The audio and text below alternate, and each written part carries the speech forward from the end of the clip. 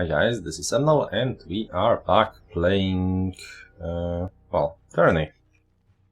Starting to wonder if my voice will survive Let's Playing an RPG since, well, I thought I was talking a lot in my strategy playthroughs, but wow, this is bad. Unbelieve. Okay. A modest grave for the Archon's son, Brennix. We don't bother with funeral rites in the chorus. No point in thanking conscripts for their duty. Huh. So that's Graven Ash's son. Interesting.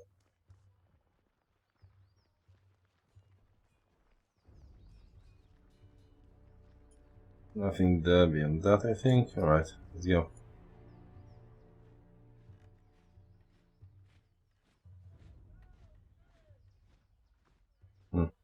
Yolo Feather, you approach this favored ground, state your business. Okay, we'll glare silently. A soldier wordlessly meets your gaze, eyes unblinking beneath the skull visor. His helmet. You going? Oh, right, you are the Fatebender. We were supposed to be expecting. Glad the court cares enough to send his jester. Oh, okay.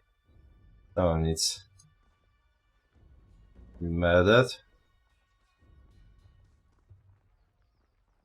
Oh, can't murder him. That dies. Okay, let's loot the camp first. What do we have? Stone shield armor. Interesting. Is it any good for her? Yes, very, very good indeed. Plus 1 armor, slash armor, piece armor, over fire, frost, additional deflection. Ah, good stuff. Alright. What's there? 32 required. That wasn't so hard. Seal of strength, interesting. We got plus 1 subterfuge. Really need to check how the fuck is that subterfuge? Subterfuge? Yeah, I think it's subterfuge, isn't it? Okay. Some cheese. Can't do that.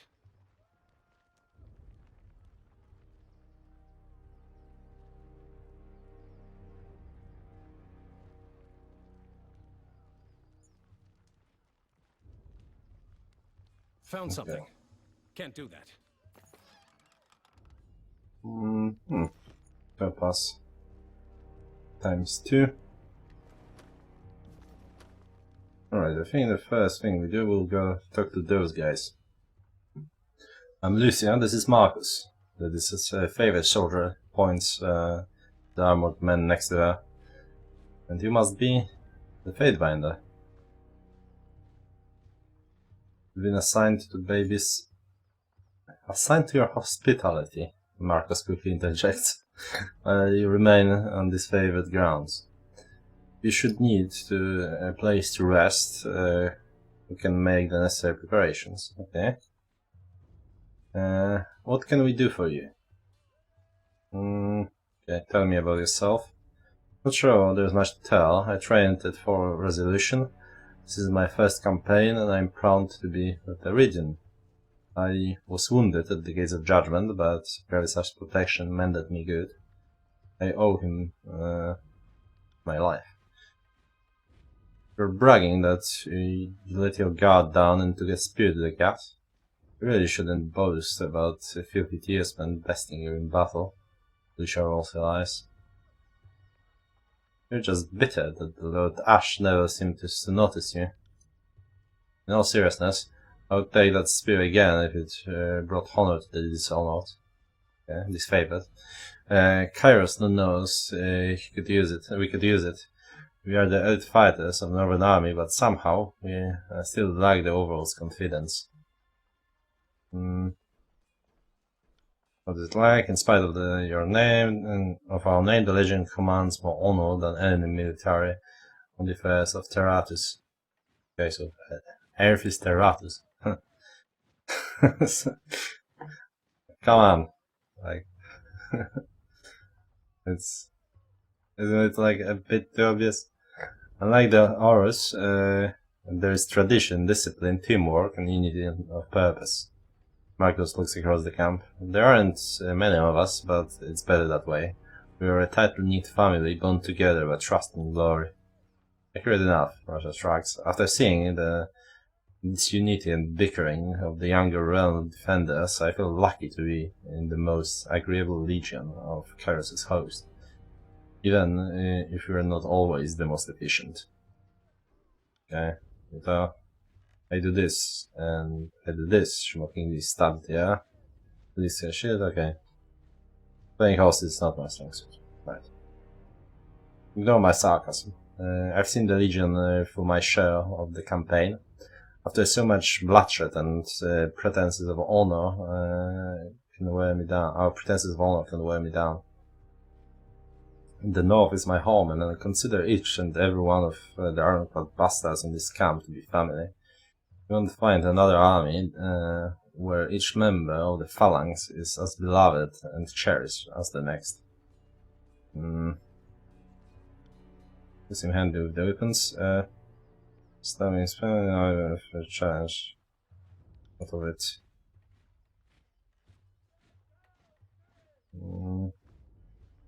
Okay, basically you can train it to them. So apparently that's if we have higher reputation we can know a bit more, or perhaps get a free training. We don't punish curiosity here. We need to fly off the no need to fly off the handle on the basis of simple reflection. They train us well, Fatebinder. The Archon makes sure that our potential is realized before we reach battle. So most of us keep a cool head when we see action. Most of us, I said. After looking on Lucian. Okay, well, so let's see about the training. So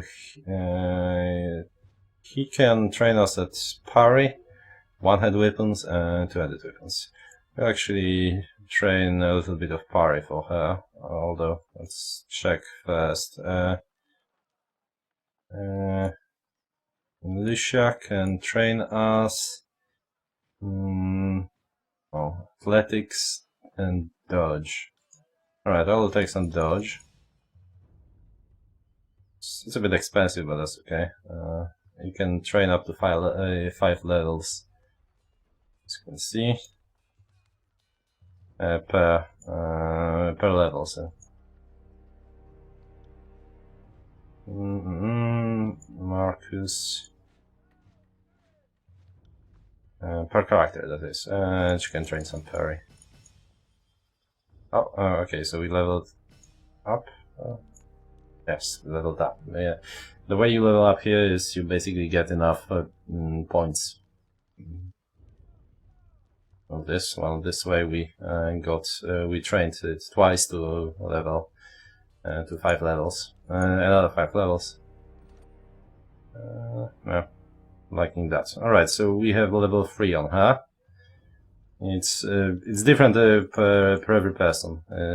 You don't get like a group levels like in some games. It's basically how fast your skills are advancing, and that constitutes your level up.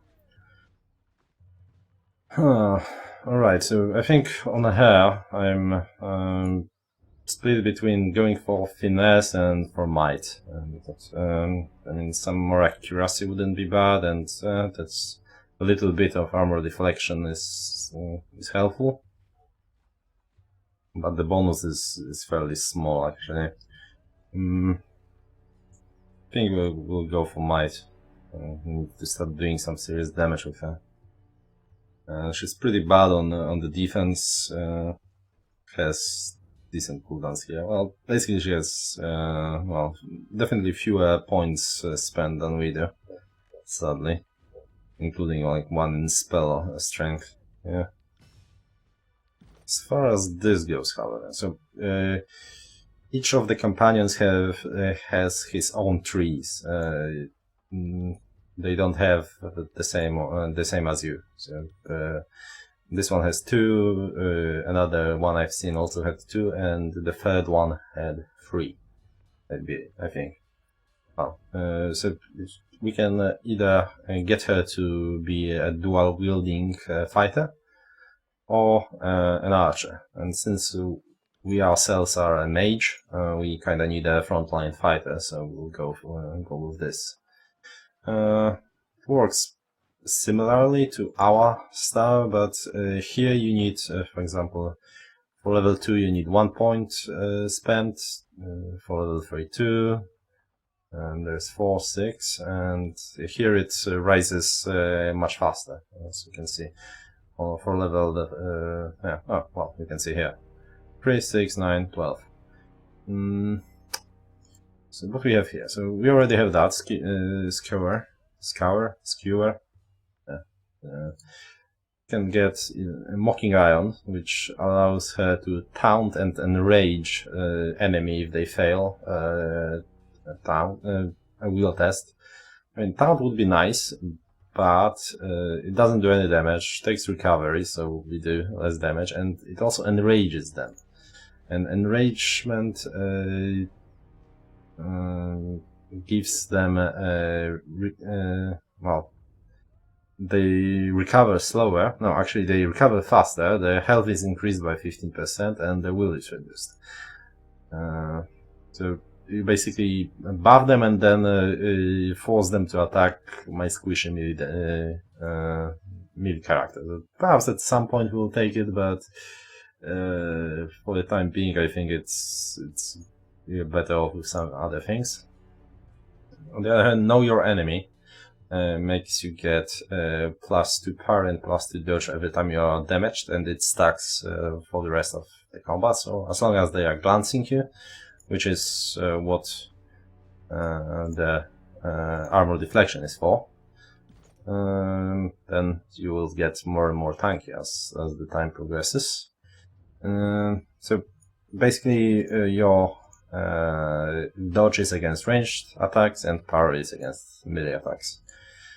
Here, killing spree. After killing blow, you have double strikes for 15 seconds. We aren't killing people nearly fast enough for this to be useful, I don't think. And this one allows us to move around, which is actually not a bad thing.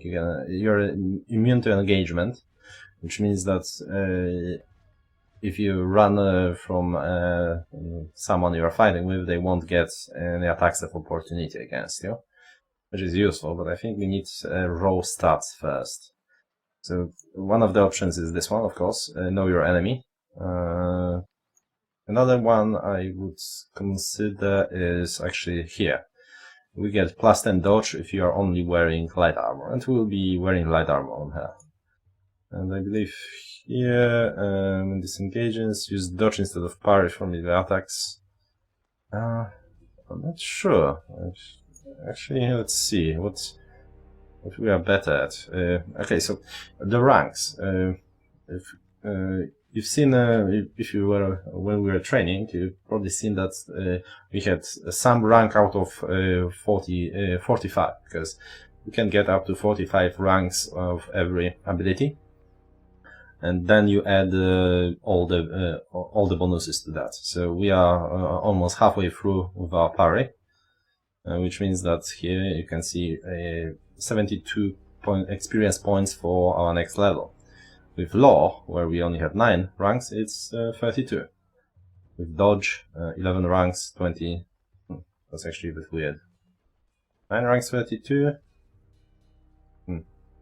Interesting. And you already have 11 ranks, 20.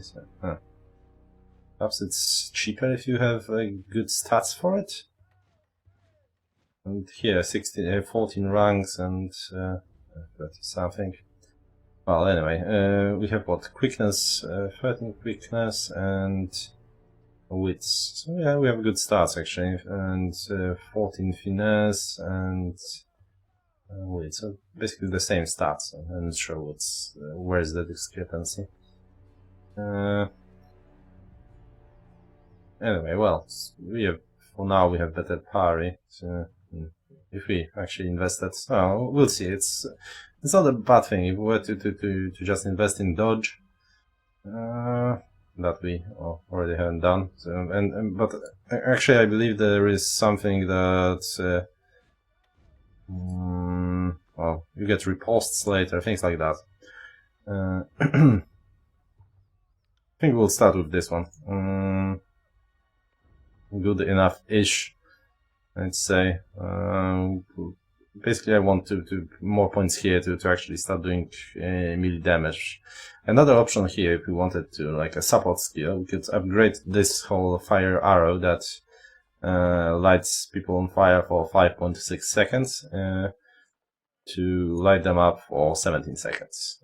Basically, damage the same. It's just only difference is this one, which isn't a bad thing. I mean, 16 seconds CC is a decent one. This is just hobbled, so movement speed reduced. Not worth it in my opinion. Armor penetration for bows, and that's what I mentioned. Immunity to burning, bleed. Oh, this okay. This is actually not bad. Decent defensive stats here. And this allows you to get like get all those things faster. Research both bows and athletic and the welding faster, and this removes recovery penalty from switching weapons, and plus 10 accuracy. So not bad. Decent passives here all around actually, and plus 25 defense while disengaging pretty much negates. I think it's minus 30 when it is engaged, so this almost negates it. And oh fuck, I should have gone with dodge now when I think about it. My bad. Oh well. We'll train dodge later.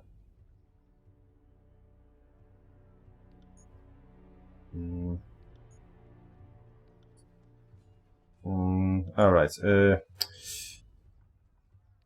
Actually, let's go with dodge. I want those. I'm better off with going defensive here on her. Okay, that's about it.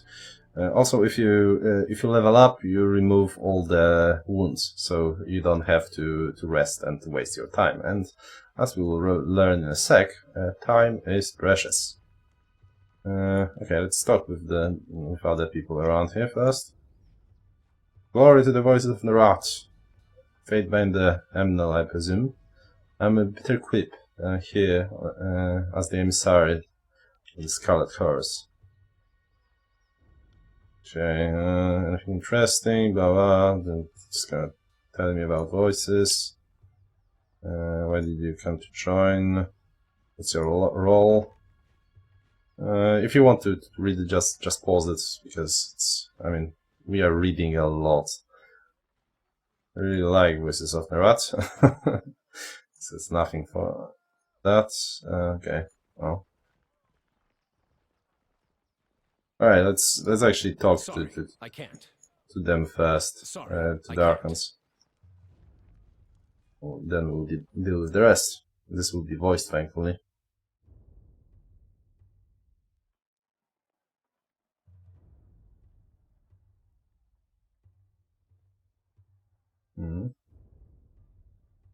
Okay, That's 4 reports of avalanches in the mountains now.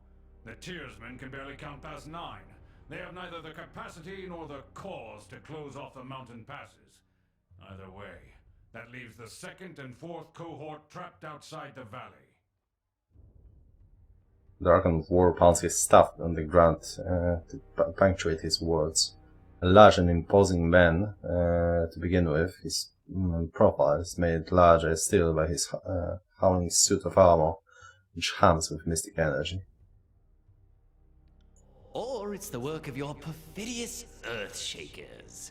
Only a fool would not suspect a traitorous Archon of poisoning the mind of his students with sedition. We would have killed the Earthshakers Guild for their master's treachery. But I'm sure you have some perfectly valid reason for allowing them to live as your pawns. The Archon of Secrets passes a scepter between his hands as he speaks. Hear the voices in your head. Well, hello there, Pathfinder. We'll be with you in just a moment. Mellard's luminescence seeps from the seams of the Archon ragged red robes. The glow is most noticeable where his neck ought to be. His mask seems to float and spin, never pivoting or bending actually. Hey, watch yourself. When these two get going, you don't want to get between them. Alright, let's hear what the whole conversation between them. I always know you've run out of things to say when you resort to mocking my vassals. If we are to speak of treachery, why is it that my scouts see the Scarlet Chorus warriors defecting back to the Vendrian Guard? Your fearsome reputation has gone flaccid, for it seems you cannot control your soldiers, or perhaps you simply choose not to. Hey lords, the Fatebinder has arrived. Perhaps we could table this discussion and let August speak. Speaking of strategic failures, who was it that insisted the valley would need only a token garrison? For some strange reason, we can't seem to recall which balding halfwit grossly underestimated the enemy. Thoughts? The Archon's secret twirls his scepter in a twisting loop. You hear the voice in your head. Can you hear us, Fatebinder? Cough, if you have your attention. Who the fuck would I have my attention on here? Like... Okay, I will cough. You had left agents within these Tearsmen when they surrendered. Either you failed to see this coming, or you knew and let it happen. Incompetent or in cahoots, either way, this mess has your filthy stink all over it. We look forward to seeing you explain to Tunon why the Archon of War could not close the vice on this trivial little insurgency. When we are crowned the ruler of the Tears, we shall have this place renamed to Ash's Folly in your honor. Okay, If I we're could in trust the information I get from you and your conscripted mouth breathers, perhaps I'd order my cohorts around a bit more aggressively. But last time I trusted your all-clear report, my troops failed to come home. Oh, Ash, old boy. If you're going to have a little sob every time one of your nieces or nephews dies to the Tearsmen, perhaps we should have Siren sing you some calming lullabies to help you cope with your grief.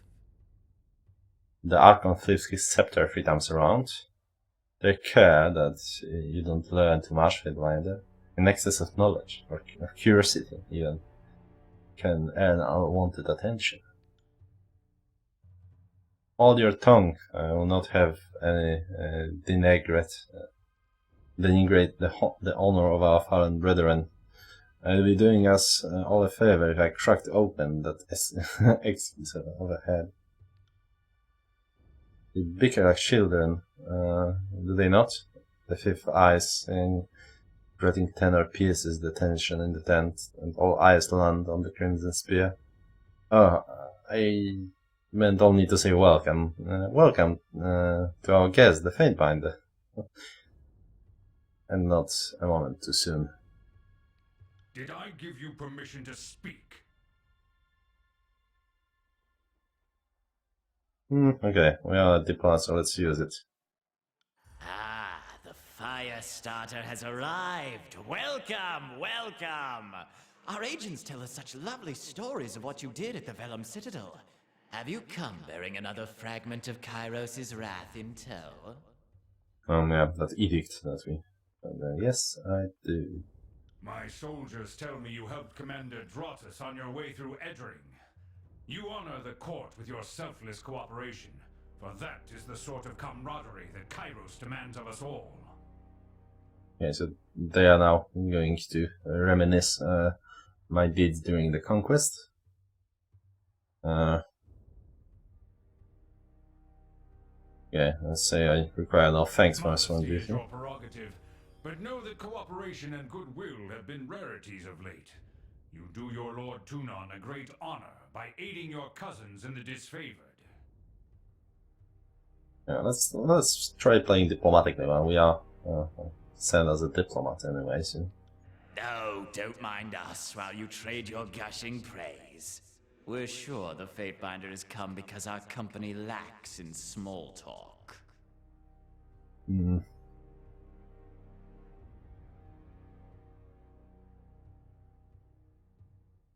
Alright, let's not annoy them then. It Burning seemed Edict. only yesterday you were proving your worth in battle, assisting my warriors in the siege of the bastard city. Now Kairos has chosen you for a second time to proclaim an edict.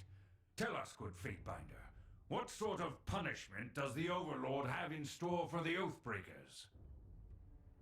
Alright, so Hall of Ascension is basically the citadel that governs the apex. This whole valley that we need to capture, so basically we need to capture the local capital by the Day of Swords, which is 26th of each month. It's 18th, by the way. Or all the valley shall perish.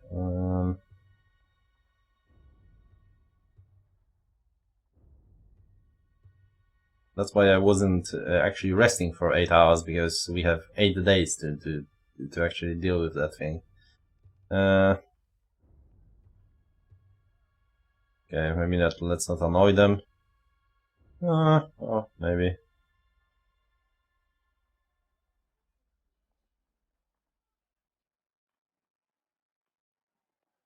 Okay, let's go with this one. The earth sways with each word you utter, the earth thickening with warmth as you pronounce the thirsty phrase commandment. It's every syllable drafted by the hand of Kairos. With the edict proclaimed, your pulse quickens and the muscles in your legs, warm from long trip on the mountains, feel renewed. Tired limbs now nearly boycott. Buoyant? Buoyant? Okay, I don't know how to pronounce it. With vigor, basically. Very vigorous limbs. Cool animation. The Overlord means to compel us into action. No doubt the avalanches in the mountains are part of this ultimatum. We must conquer the Oathbreakers or die in failure. There is no room for error, and no other way out of this valley alive. We'll need to advance across the Matani. We lose everything if we stand still, and we move to back up Plan Green. The Earthshakers didn't make it over the mountain in time, so we do this the hard way. Over the walls instead of through. Alright, so Matani is a river that we need to cross. So you found your backbone at last! Oh, we were worried past humiliations would make you soft, timid. That was a record for you, right? The baker's dozen lost in one sortie. If you had waited for the chorus reinforcements, maybe we'd have eyes and ears on the matter. Alright, another voice in my head. Watching square, so many tears of irreplaceable, expendable, useless soldiers. I miss the old Archon 4. You'd never see blood echo in a blubbering mess of a few dead killers. He'd use the knuckle bones of his best disciples for jewelry, and even made a breastplate out of his dead brother's ribcage. Because that's how real men deal with grief. Okay.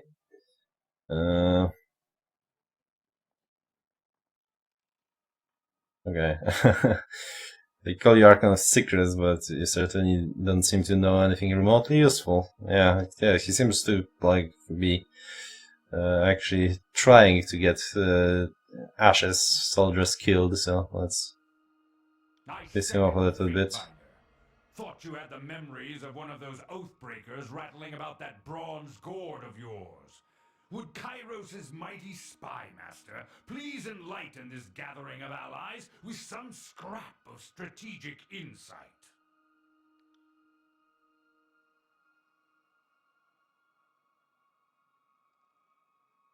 Okay, so he turns his head around. The booming voice of an older man can be heard. Cowards! If I were still alive, I'd freeze the blood as it runs in your veins. You may take the river, but you'll pay for it with your lives. Our sources tell us the Oathbreakers had some sort of magical trick in store.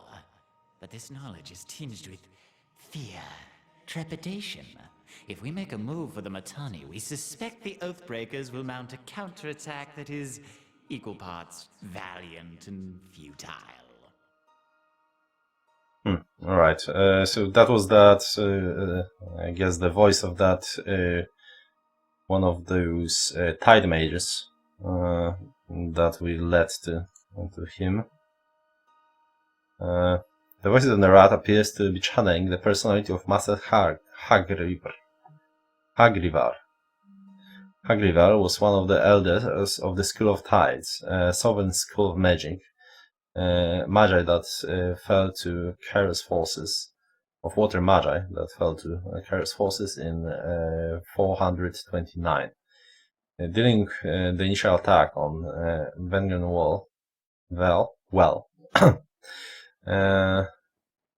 oh Jesus, I can't read. During the fucking initial attack on the Vengan Well, by your order, the Tidecaster, taken in battle, were presented to the voices of the rat, so that their magic might be integrated into the Archons' ever-growing answer of knowledge. Alright, so, well, we can say that we know the guy. Yes, and that old codger put up quite a fight on the way out. Almost turned himself into a puddle to escape our interrogations. He's not the last of the Tidecasters, though. At the time of his death, there was another. A woman named Ebb. We believe she is one of the mages assisting these Oathbreakers.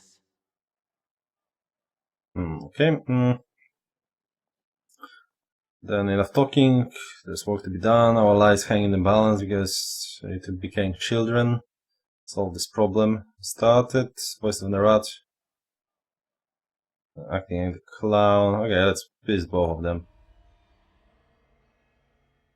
My Lord Barlick and his band have been drilled on the Echocal plan assault plan.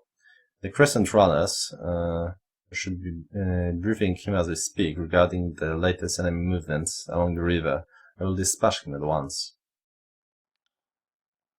And I will assure that the chorus stands ready to march. If the disfavor can take the river, the chorus has the manpower to secure the outer ring of the valley. Our soldiers clamor for battle, and at last we shall have it. Verse, we command you to continue guarding the Fatebinder. Tunon's chosen is our honored guest, and must be shown our finest hospitality. I won't let you down, boss. He'll get through the campaign in one piece, as long as he doesn't do anything too stupid. Before we go, you are owed payment, Firestarter. Our spies at the Vellum Citadel were nearly cut down by the disfavored. They have you to thank for their lives. Here is a taste of our gratitude. Alright, the spy mages.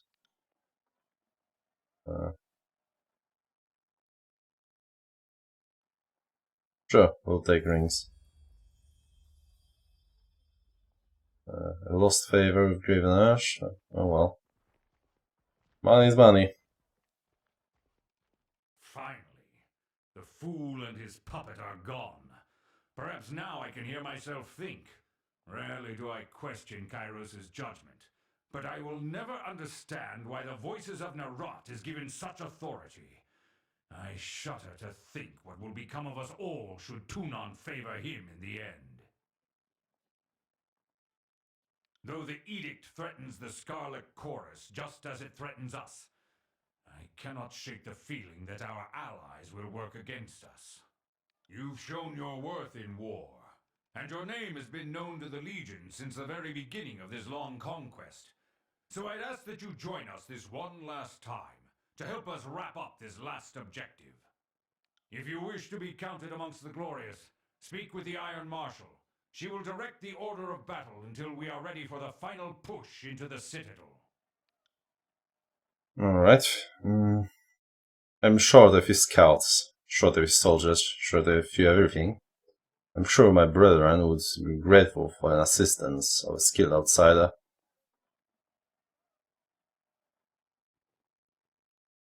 I ask myself that question often. While we take the river crossing, the Scarlet Chorus should be using their sizable presence to remove the Oathbreaker patrols lurking in the Outer Valley. Okay. Let's help them.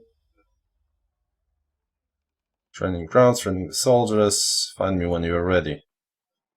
And though I am loath to mention it, the Chorus can likely use your assistance. They certainly won't secure the Outer Valley on their own. Fifth Eye will be somewhere in that rat's nest they call camp, due east. Seek him out, if you must.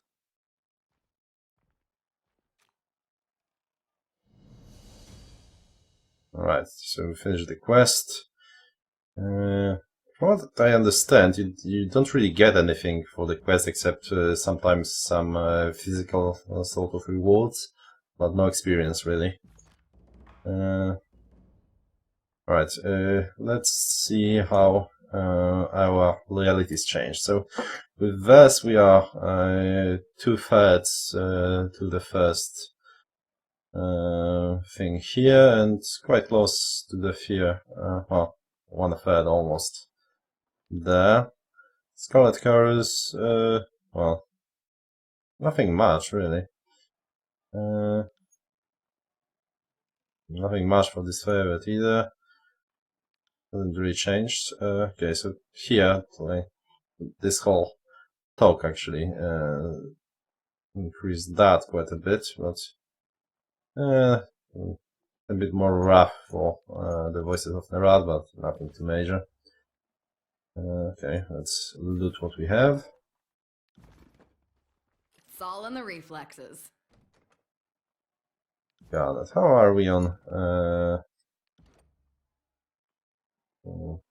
One more and we can open those 39 chests.